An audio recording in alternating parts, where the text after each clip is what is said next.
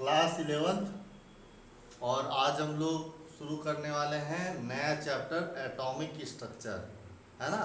पिछला चैप्टर हमने some basic concept of chemistry पूरा ख़त्म कर लिया, है ना। सबने नोट्स बना लिया होगा, है ना।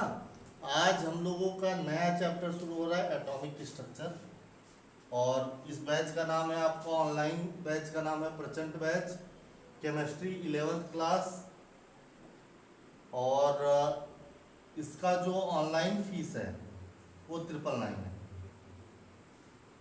तो कोर्स परचेस कैसे किया जाएगा उसके लिए आपको surprise.org.in पर जाना है और वहाँ पे सारी डिटेल है, या फिर आप 76070480 पर कांटेक्ट भी कर सकते हैं, ठीक है। नया बैच शुरू करते हैं नया चैप्टर के साथ, और ये है आज का चैप्टर हमारा जिसे हिंदी में कहते हैं आपका परमाणु संरचना।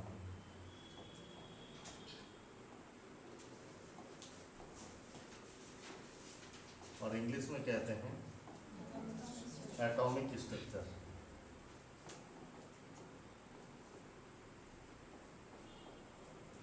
डाल्टन ने अपना एटॉमिक कॉन्सेप्ट बता दिया था, क्या था वो हम लोगों ने प्रीवियस क्लास में देख लिया है। डाल्टन का परमाणु सिद्धांत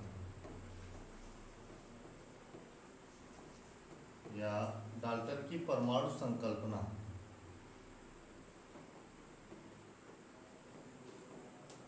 ये हम लोग जान चुके हैं। इसमें डाल्टन ने बताया था कि परमाणु पदार्थ का सबसे सूक्ष्मतम कण है, अविभाजित है और रासायनिक अभिक्रिया में स्वतंत्र रूप से भाग लेता है ना।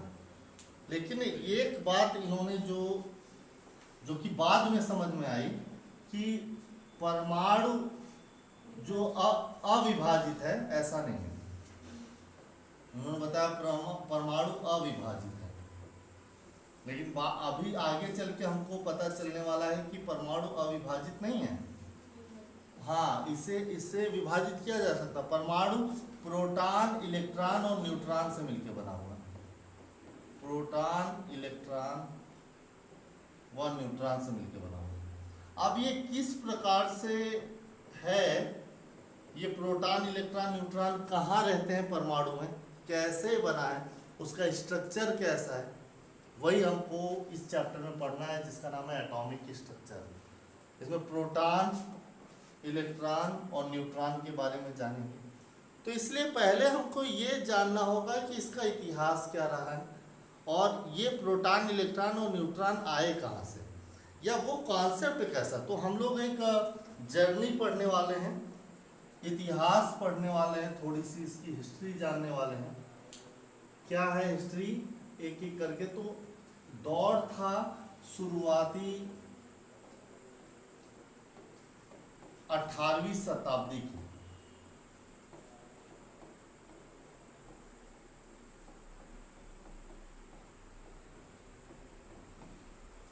शुरुआती 18वीं शताब्दी यानी 1700 कुछ में जो है डाल्टन ने अपना एटॉमिक स्ट्रक्चर प्रस्तुत किया, और एटॉमिक फील्ड में जो है एक बहुत बड़ी क्रांति आ गई।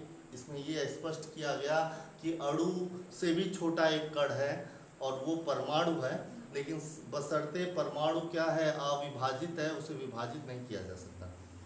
बाद में प्रोटॉन, इलेक्ट्रॉन की खोज होने के बाद ये पता चला कि नहीं, परमाणु भी डिविजिबल है, वो प्रोटॉन, इलेक्ट्रॉन और न्यूट्रॉनों से मिलके बना हुआ है।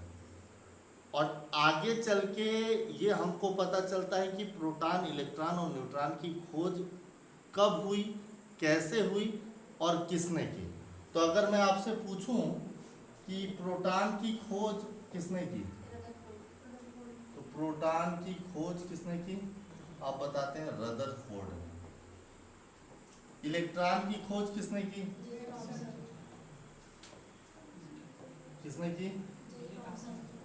जे टॉमसन। और खोज किसने की? अगर मैं आपसे ये कहूं कि अब तक जो आप जानते थे वो अधूरी जानकारी है, वो सही नहीं है। अगर मैं आपसे पूछूं कि कब किया था रदरफोर्ड ने प्रोटॉन की खोज, तो आप बताएंगे 1919। इलेक्ट्रॉन की खोज कब किया था? 1897। और न्यूट्रॉन की खोज कब हुई थी? 1923। यानी कि सबसे पहले किसकी खोज हुई? इलेक्ट्रॉन की, 1897। इनके बारे में हम जानते हैं जे थॉमसन। जे थॉमसन बहुत ही बड़ी यूनिवर्सिटी के प्रोफेसर थे।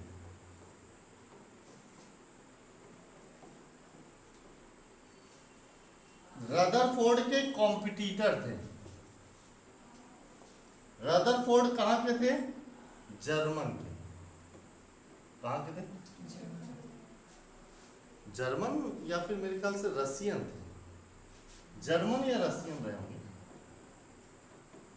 रूस के, और दो में से एक जगह का मैं थोड़ा कंफ्यूज हूँ। और जे थॉमसन थे ब्रिटेन के। कहाँ के थे? ब्रिटेन के। और दोनों अपने अपने समय में एक ही समय के थे और बहुत बड़े कॉम्पिटिटर भी थे और रसायनज्ञ थे, केमिस्ट्री के बहुत बड़े विद्वान थे। तो J Thomson as a professor, यहाँ पे मैं थोड़ा सा डिस्क्लेमर भी देना चाहता हूँ। अगर कोई डाटा मिसमैच हो रहा है तो इसे आप केवल एक फिक्शनल स्टोरी की तरह देखें, जिसमें आपको जो भी अब मैं यहाँ से बताने वाला हूँ आपको, ये आपको जो स्टोरी है वो कितनी उसमें सच्चाई है ये न जान करके ये समझना है कि उससे हमको कितनी बातें सीखने को मिली।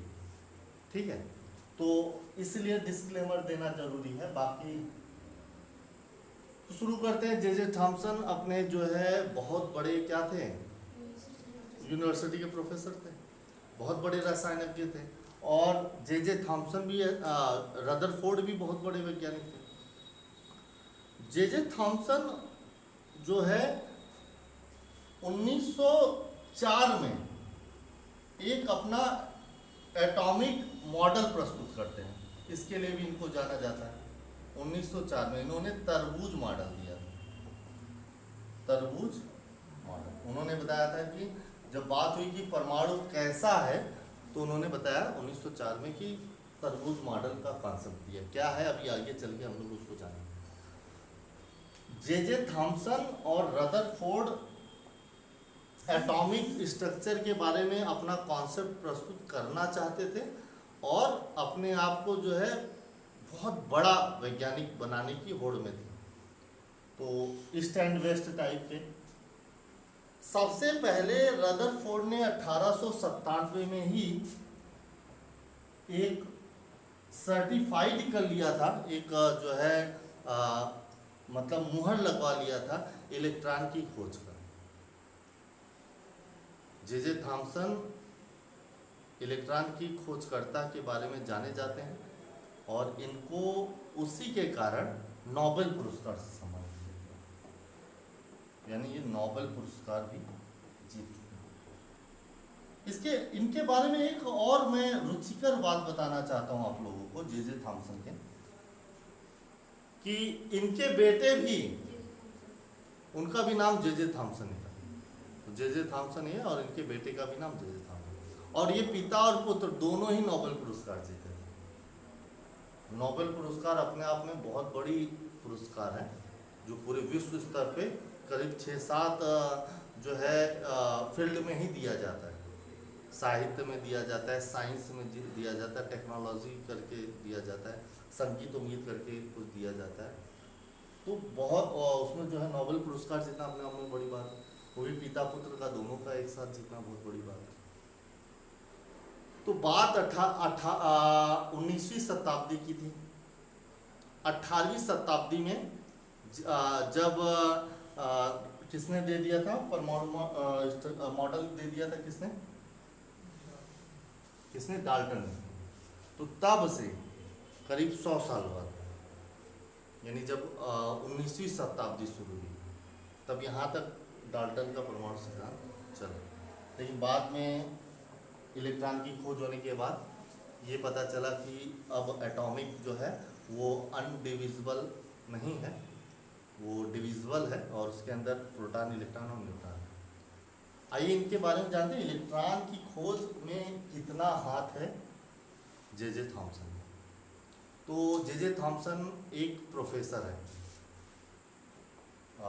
क्या आपकी बुक में वो यूनिवर्सिटी का नाम दिया हुआ है, या ढूंढ लेना। जे थॉमसन हम लोग पता करते हैं, अभी तुरंत लाइव पता कर लेते हैं कि जे थॉमसन किस यूनिवर्सिटी के प्रोफेसर थे।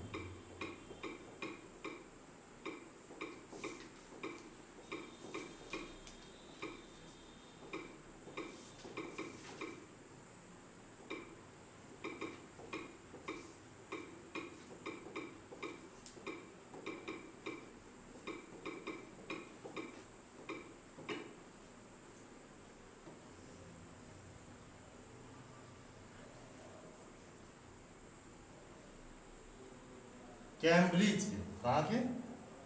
कैम्ब्रिज यूनिवर्सिटी के।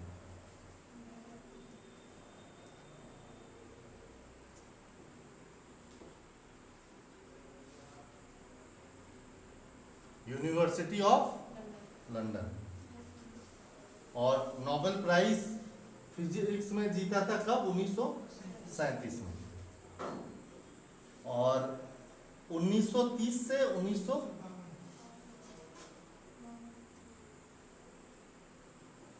नहीं, ये वो जे थॉमसन नहीं है, ये उनके 1930 में है ना, जबकि 1897 वाले। यहाँ पे हमको केमिस्ट्री के प्रोफेसर डालना चाहिए।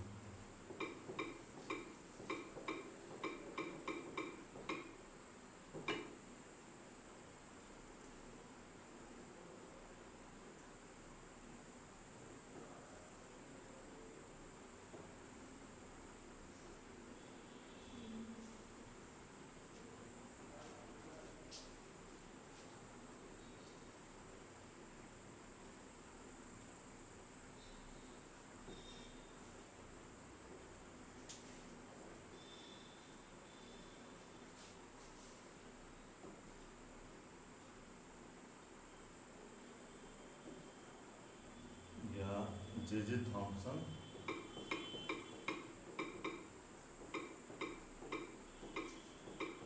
बायोग्राफी।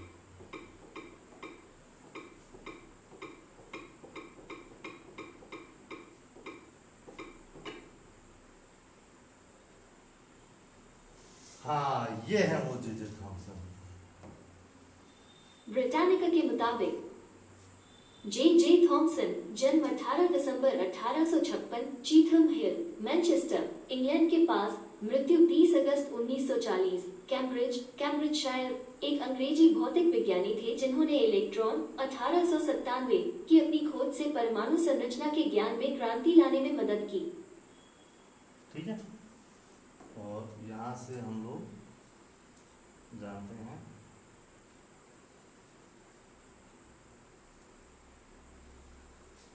तो कैम्ब्रिज भौतिक वैज्ञानिक थे। 1897 की अपनी खोज परमाणु संरचना में 1906 में भौतिक के लिए इनको क्या मिला था? नोबेल पुरस्कार। 1904 में इन्होंने एटॉमिक मॉडल प्रस्तुत किया था। और थॉमस मैनचेस्टर के एक उपनगर में एक पुस्तक विक्रेता के लड़के थे। जब ये 14 वर्ष के थे तब उन्होंने ओवेंस कॉलेज में, जो अब मैनचेस्टर विश्वविद्यालय में प्रवेश लिया। वह इस मामले में भाग्यशाली थे कि उस समय के अधिकांश कॉलेजों के विपरीत ओवेंस ने प्रयोगात्मक भौतिकी में कुछ पाठ्यक्रम प्रदान किए थे। और यहाँ पे हम लोग जानते हैं इलेक्ट्रॉन की खोज कैसे? तो थॉमस का सबसे महत्वपूर्ण कार्य थे जो 1896 में प्रिंसटन विश्वविद्यालय में केवल व्याख्यान के लिए बाधित हुआ था। 1897 में निष्कर्ष पहुंचाया कि उसका स्रोत कुछ भी हो, कण होते हैं जो परमाणु से भारी होते हैं, जिनका वे हिस्सा होते हैं। किस तरीके से होता है इसके बारे में अभी हम जानेंगे, ठीक है, इसकी सारी चीज़ों के बारे में जानेंगे। इसके तो यहाँ पे हमको पता चला कि जो जे थॉमसन थे वो प्रोफेसर थे और नोबेल पुरस्कार उन्होंने कब प्राप्त किया था? 1906 में। 1904 में उन्होंने क्या प्रस्तुत किया था और 1897 में उन्हें क्या माना जाता है? इलेक्ट्रॉन की के खोजकर्ता के नाम। आइए कुछ कहानी अब मैं बताता हूं आपको। तो जे थॉमसन क्या थे? प्रोफेसर थे। तो जाहिर सी बात है किस यूनिवर्सिटी में पढ़ाते थे? कैम्ब्रिज यूनिवर्सिटी, है ना। और पढ़ाते किसको थे? किसे पढ़ाते रहे होंगे? स्टूडेंट को, यानी है ना भाई, प्रोफेसर थे तो स्टूडेंट को पढ़ाते हो। और सब्जेक्ट क्या रहा होगा उनका? फिजिक्स, केमिस्ट्री, साइंस जैसा सब्जेक्ट था उनका। और वो एक्सपेरिमेंट भी करते थे। तो हर साल प्रोजेक्ट भी दिया जाता था अपने बच्चों को। तो बच्चों को एक प्रोजेक्ट जिसमें वो खुद काम कर रहे हैं, उसी काम में वो बच्चों को भी इन्वॉल्व कर लेते थे और उन्हें प्रोजेक्ट देते थे कि जाओ अब जो है ये काम करके लेके आओ। हर साल ऐसे ही बच्चे उस यूनिवर्सिटी में पढ़ने आते थे, ये काम देते थे, वो प्रोजेक्ट लेते थे, प्रोजेक्ट सबमिट किया जाता था, निष्कर्ष निकलता था। कुछ हद तक कुछ बच्चे निष्कर्ष निकालते थे, कुछ जीनियस बच्चे भी आते थे और कुछ जो है नॉर्मल आते थे। तो वो लोग अपना जो है काम टारगेट समय से नहीं पूरा करते थे, उनकी बात अलग है, लेकिन कुछ जीनियस स्टूडेंट आते थे। काम क्या था उनका? वो एक एक्सपेरिमेंट कर रहे थे जिसमें एक विसर्जन नली कांच की है, उसमें एक प्लेट लगाया जा रहा है कैथोड और एनोड का, और उसी में कुछ वो एक्सपेरिमेंट करने के लिए कहा करते थे कि जाके ऐसा करके लेके आओ। एक साल की बात है, एक स्टूडेंट उनके उसी बैच में पढ़ता था और उसका नाम था जूलियस प्लकर। क्या नाम था? तो ये है ये स्टूडेंट जूलियस प्लकर। आइए इनके बारे में भी जान लेते हैं थोड़ा। जूलियस प्लकर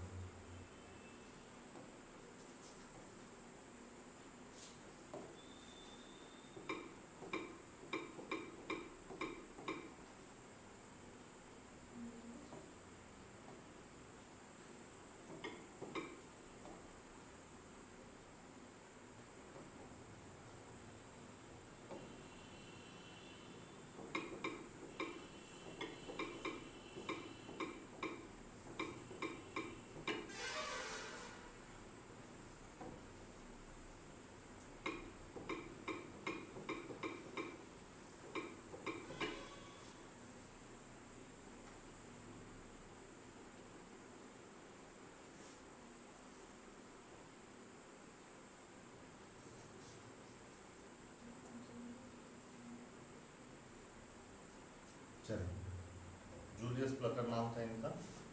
अब एक genius student Julius Plucker batch में पढ़े, उनको भी वही प्रोजेक्ट दिया गया। प्रोजेक्ट गए, काम कुछ और था, प्रोजेक्ट का जो निष्कर्ष निकलना था, प्रोजेक्ट पर जो काम करना था वो कुछ और था।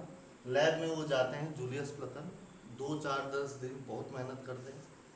एक दिन अचानक उन्होंने देखा कि उन्होंने कुछ किया। क्या किया? एक विसर्जन नली है कांच की जिसमें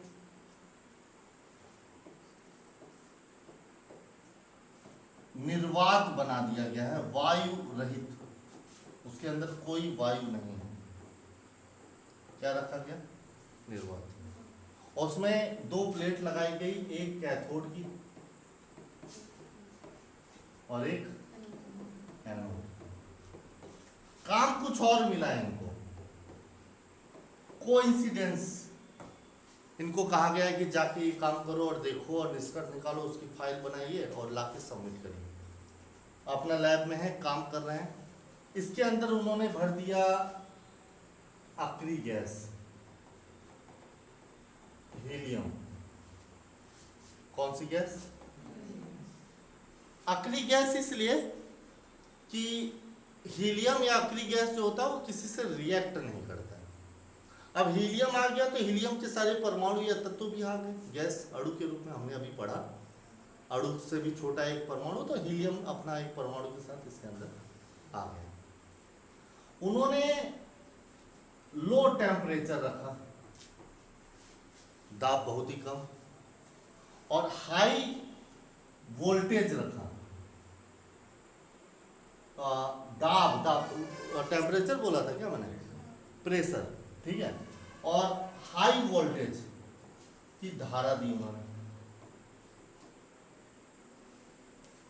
अचानक से ही वो क्या देख रहे हैं कि एक अदृश्य किरण कैथोड से निकल रही है और एनोड की तरफ जा रही है।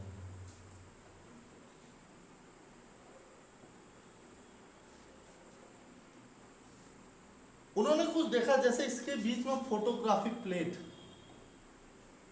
उस पर चमक उत्पन्न कर रही है। एक पतली सी चक्री वाली, जिसके ऊपर बीच में लेके आया, वो चक्री टाइप की थी ऐसे, जैसे उसको बीच में कैथोड और एनोड के बीच में लेके जा रहे, वो नाचना शुरू कर रही। अदृश्य है, दिखाई नहीं दे रही, लेकिन कैथोड से एनोड की तरफ जा रही है, ऐसा उनको महसूस हुआ। अब वो अपने प्रोफेसर के पास सबमिट करने से पहले इसका फुल डिटेल निकाला, पूरा डिटेल देखते हैं, समझते हैं उसके पीछे, फिर वो एक निष्कर्ष पे पहुंचते हैं।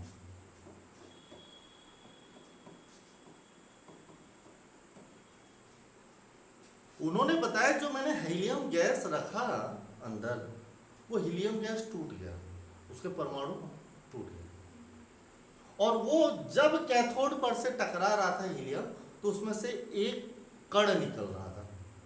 बहुत सारे हीलियम परमाणु थे, तो बहुत सारे कण उस कैथोड प्लेट पर टकरा रहे थे, और वहां से जैसे ही हीलियम टकराता था, तो उसके हीलियम के अंदर से एक अदृश्य कण जो है निकलता था, और वो बमबारी के रूप में एनोड की तरफ जाता था। एनोड एक पॉजिटिव प्लेट है, और पॉजिटिव प्लेट की तरफ अट्रैक्ट होगा नेगेटिव। उन्होंने देखा जब इसी एनोड को, जैसे ये कैथोड है, क्या है, और उन्होंने एनोड को थोड़ा सा खसका दिया, तो देख रहे हैं कैथोड पे टकराने के बाद फिर से सीधी रेखा में, लेकिन एनोड की तरफ अदृश्य गैस जा रही है, अदृश्य किरण। उन्होंने ऊपर से फिर नीचे कर दिया, तो देख रहे हैं कि जैसे ही नीचे कर रहे हैं तो उसकी दिशा बदल जाती है, पीछे कर दे रहे हैं, पीछे चला जा रहा है।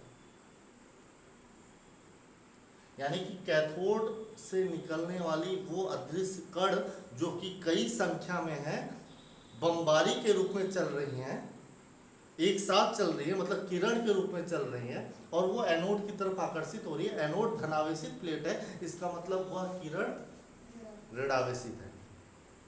और चूंकि निकल कहां से रही है, तो जूलियस प्लकर कहते हैं अपने फाइल में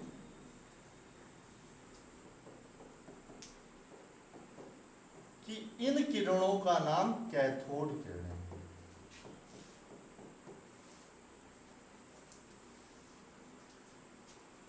और ये छोटे छोटे कणों से मिलकर बना हुआ, और ये कण उस हीलियम परमाणु में से है, लेकिन हीलियम उदासीन है, लेकिन ये ऋणावेशित है क्योंकि ये धनावेशित प्लेट की ओर आकर्षित हो रही है। वो जो छोटा कण है वो भी धनावेशित है, माफ करना थोड़ा सा करेक्शन, वो जो छोटा कण है वह भी ऋणावेशित है, ऋणावेशित किरणों से मिलकर बना हुआ है, तो वो छोटा सा कण भी कैसा है, ऋणावेशित है। वो ऋणावेशित कण धनावेशित प्लेट एनोड की तरफ जा रही है। इस कण का नाम उन्होंने ऋण कण कहा कि ये ऋण कण है। लेकिन बस इनसे एक छोटी सी चूक हो गई कि जैसे इन्होंने किरण का नाम कैथोड किरण रखा था, वैसे उन्होंने ऋण कण का नाम कुछ रखा नहीं, बस उन्होंने बताया ये ऋणावेशित। और ये एक्सपेरिमेंट कौन से सन में हुआ था मालूम है? इधर महात्मा गांधी जी का जन्म हो रहा था, उधर जूलियस प्लकर एक्सपेरिमेंट कर रहे थे 1869 के आसपास। 1800 अलग अलग किताबों में अलग अलग होगा।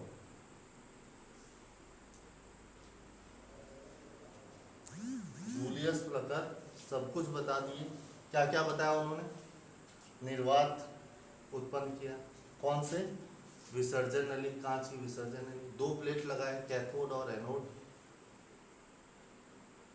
हाई टेम्परेचर रखा, हाई प्रेशर, हाई वोल्टेज, विद्युत धारा प्रवाहित की। ये वोल्टेज यहाँ पे हाई वोल्टेज धारा प्रवाहित की। जैसे ही वोल्टेज धारा प्रवाहित की, यहाँ से हीलियम के एटम कैथोड पर टकराने लगे और वहाँ से उन्हीं में से एक कण बाहर निकला और वो कण बमबारी के रूप में एनोड प्लेट की ओर जा रहा था, किरण के रूप में जा रहा था, सीधी रेखा में चल रहा था, फोटोग्राफी प्लेट को प्रभावित कर रहा था, बीच में रखी हुई चक्री को घुमा दे रहा था। इसका नाम उन्होंने रखा कैथोड किरण। और उन्होंने बताया कि ये छोटे छोटे कणों से मिलकर बने हुए, ये कण भी ऋणावेशित कण, ऋण कण। और उन्होंने उसका नाम एक्सपेरिमेंट कुछ और था, कर कुछ और रहे थे, निष्कर्ष कुछ और निकला। फाइल बनाए और ले जाके सबमिट कर दिए। किसको? जे थॉमसन को। कब? अब हर साल ये 1869 नहीं होगा मेरे ख्याल से, 1888 के आसपास की घटना होगी। फिर से देखने लायक बात होगी अगर जिसकी किताब में लिखा हो गई। हाँ, सन लिखा है? कैथोड किरणों की खोज वाला टॉपिक देखें।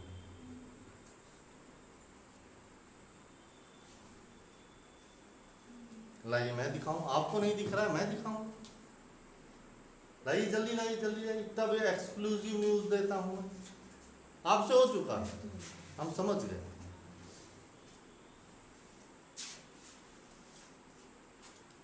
अठारह सौ उनहत्तर ही था।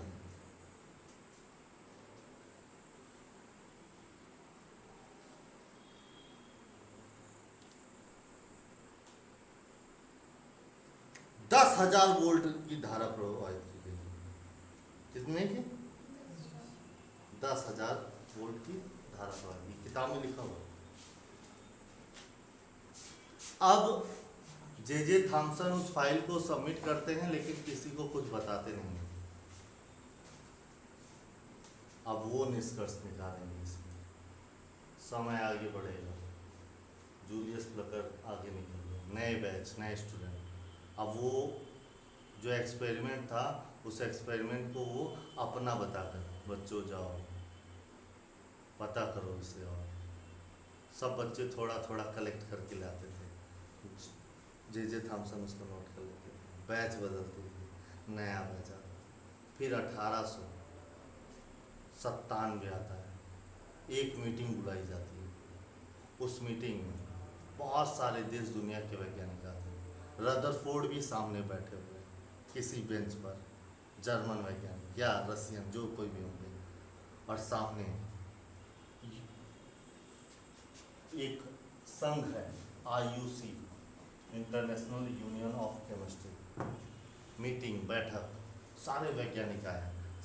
स्टेज पर सब अपनी अपनी क्रांति, जो भी नया इनोवेटिव किए हैं उसके बारे में एक्सप्लेनेशन दे रहे हैं। नंबर आता है जे थॉमसन का। जे थॉमसन अपना फाइल, अपना सब कुछ लेके स्टेज पर आते हैं और वो बताते हैं कि एक वैज्ञानिक जॉन डाल्टन, उन्होंने 18वीं शताब्दी में जो बताया था कि परमाणु अविभाजित है, मैं कह रहा हूँ कि परमाणु अविभाजित नहीं है, वो परमाणु डिविजिबल है। और वो 1897 में बताते हैं, फाइल लेके आते हैं, एक्सपेरिमेंट करके दिखाते हैं और कहते हैं कि कैथोड से निकलने वाली ये अदृश्य किरणें, जिनको कैथोड किरण कहा जाता था, ये छोटे छोटे ऋण आवेशित कणों से मिलकर बने। और इन्हीं ऋण आवेशित कणों को आज से मैं नाम दे रहा हूँ इलेक्ट्रॉन का। और ये था इलेक्ट्रॉन की खोज। पूरी भीड़ ताली बजा रही, नया इनोवेशन हुआ। परमाणु अब डिविजिबल हो गया है, अब तक अनडिविजिबल था, अब वो डिविजिबल हो चुका है। यानी परमाणु में एक ऐसा कण है जो ऋणावेशित है। जब उनसे पूछा गया अगर वो ऋणावेशित है तो परमाणु उदासीन कैसे है, तो उन्होंने कहा कि जो बाकी हिस्सा होगा अभी तो पूरी जानकारी नहीं है, लेकिन वो धनावेशित होगा। रदरफोर्ड भी उसी भीड़ में कहीं बैठे हुए हैं, उनको बात तो समझ में आ रही है, लेकिन वो ताली नहीं बजा रहे हैं क्योंकि उनको उनसे आगे निकलना है। और इस तरीके से इलेक्ट्रॉन की खोज हुई 1857 में। फिर आता है 1904 और अपना ये वो मॉडल प्रस्तुत करते हैं। फिर से मीटिंग हुई उन 5, 6, 7 सालों में, जब उनसे पूछा गया कि बताओ अगर परमाणु डिविजिबल है अगर, तब तो इलेक्ट्रॉन कहीं तो होगा, बताओ कहाँ है, तभी तो निकला होगा। तब रदरफोर्ड 1904 में बताते हैं कि जिस प्रकार तरबूज, लंबा लंबा तरबूज आता है ना, काट दो तो हिस्सा और आधा, तो लाल वाला हिस्सा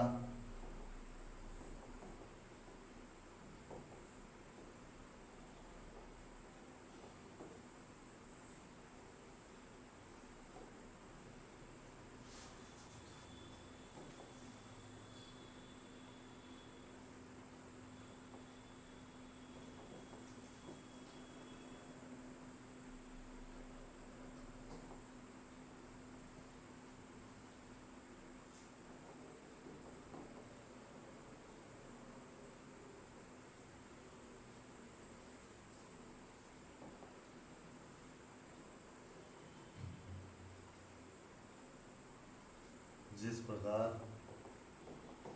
तरबूज को 2 हिस्सों में काट दीजिए तो लाल वाला हिस्सा दिखाई देता है और उसमें बीज काला काला धंसा होता है ना।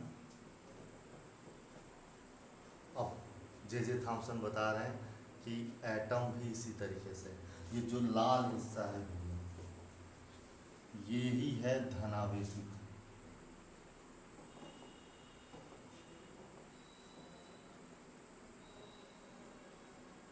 धनावेशित भाग। और ये जो काला काला हिस्सा है ये है इलेक्ट्रॉन, और ये है एटॉमिक स्ट्रक्चर, परमाणु की संरचना। फिर पूरी भीड़ ताली बजा रही है, लेकिन बैठे हुए रदरफोर्ड अभी भी ताली नहीं बजा रहे। उनके मन में है कि इसको कैसे गलत साबित किया जाए। तो जूलियस प्लकर की सारी मेहनत का क्रेडिट जे थॉमसन ले। क्या पता रदरफोर्ड को सारी बातें पता हो, बस तथ्य के न रहते हुए वो कुछ बोल नहीं पाए। और फिर ये जो प्रोटॉन की खोज है, हमें लग रहा है रदरफोर्ड क्या बहुत अच्छे थे। रदरफोर्ड भी प्रोफेसर थे, इनके भी एक स्टूडेंट। ये प्रोटॉन की खोज ऐसे थोड़ी हुई थी। और प्रोटॉन की खोज कैसे हुई उसको जानेंगे कल। आज के लिए बस इतना ही, आगे कल। Take care, all the best. बने रहिए अगले एपिसोड में, जानेंगे, है ना।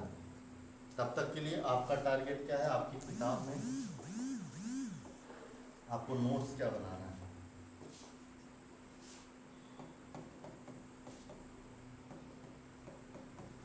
कैथोड किरणों की खोज,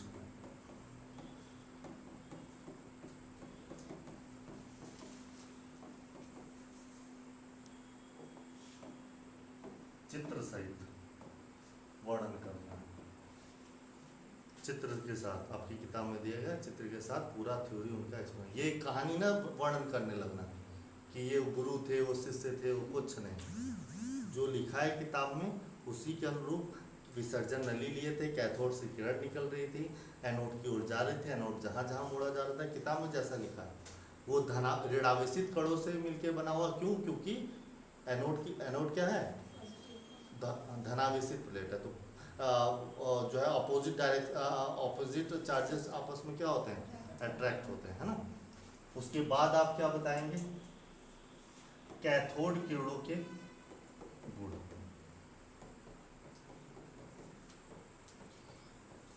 ये धनावेशित है, इस पर E/M इतना है, फोटोग्राफिक प्लेट को ये कर देता है और प्रदीप्त उत्पन्न करता है, जुगनू कलर का, हरे पीले कलर का उत्पन्न करता है और चक्री को घुमा देता है।